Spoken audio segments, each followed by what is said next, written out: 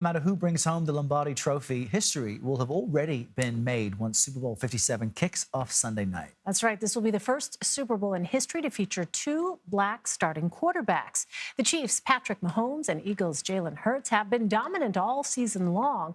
Last night, Mahomes was awarded the league's MVP award. Hurts finished in second. And Sunday night, they will break a barrier together. If the Chiefs win, Mahomes will be the first black quarterback to win multiple Super Bowls. Joining us now to talk about this is Jason Reid. He's the author of a new book, The Rise of the Black Quarterback. He's also a senior NFL writer at Andscape, which explores intersections of race, sports, and culture. Great to have you with us to talk about this. I'm not sure if you're like me when you first heard this, which was, some people celebrate that it's so fantastic. I tend to think, well, geez, what took so long? What was your personal response when kind of this historic moment, I guess, was announced and is approaching? Well, kind of both things that you just captured. This has really been a journey more than 100 years in the making. The NFL was founded in 1920, and it's not until the 2023 Super Bowl that you have two black quarterbacks facing off in the game. And, not just two black quarterbacks, but two superstar quarterbacks. Patrick Mahomes, as you guys mentioned, won the MVP, his second in 5 years last night. Jalen Hurts finished second. Their teams have the best records in each conference.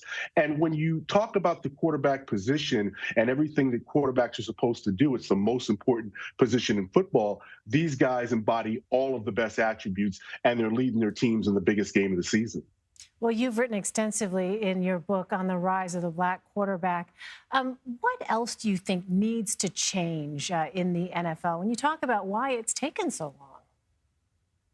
Yeah, there's a lot of things. I mean, progress, as we know, comes slowly, especially in matters of race in the United States. And when you look at this journey that the league has been on and the country has been on to deal with this issue of race, it's still a very polarizing issue. It's an issue that a lot of people do not want to talk about because of the history and the pain associated with it. So when I look at the NFL and where the NFL is and where it needs to go, I look at very much the way I look at the country and strides that have to be taken for people to achieve a feeling that they can compete for the same type of positions and rise up and do everything that everyone else can do in this country. So, the league is making progress in a lot of different areas, especially in hiring, but it's still going to be a long road and a lot of heavy lifting to do. And it seems that ultimately this is based in the racist idea that, the team won't follow the black guy, right? Like an African-American couldn't be intelligent enough to rally the team and make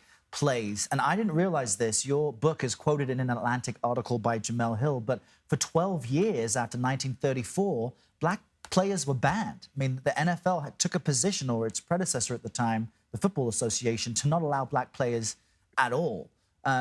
What else do you think needs to be done to undo that? And after Sunday's game, might that kind of break these misconceptions? Well, I definitely think what's going to occur in Sunday's game is going to help, obviously. Whenever a barrier falls, whenever another hurdle is cleared, that's a sign that progress has occurred. And again, we're having two black quarterbacks face each other in this game for the first time, two superstar black quarterbacks leading the best two teams in terms of record. But when you just reference the color barrier in the NFL, that 12-year period where blacks were just not allowed to play. I mean, there's no written document that banned black players, but it was just understood by the white men who ran the league at the time, the owners and the executives and the coaches, that they were not going to let black men have jobs in the NFL. Well, today the NFL is 57.5% black in terms of players who either identify as being black or African American. So that's a lot of progress. But the next level of progress, and why this game can also help continue that progress, is equity and diversity and inclusion and hiring in all the positions in the NFL and in the front office positions with general managers and team presidents, where progress has been made, but where progress is still slow. And really the next area to be tackled, so to speak, is coaching in the NFL. There are only 3 black head coaches in a 32-team league. And don't even get me started on owners, right? And management. So certainly the first in the long step, hopefully, of more equality in the game. Jason Reid, great to chat with you. Thanks for being with us today. Thank you for having me.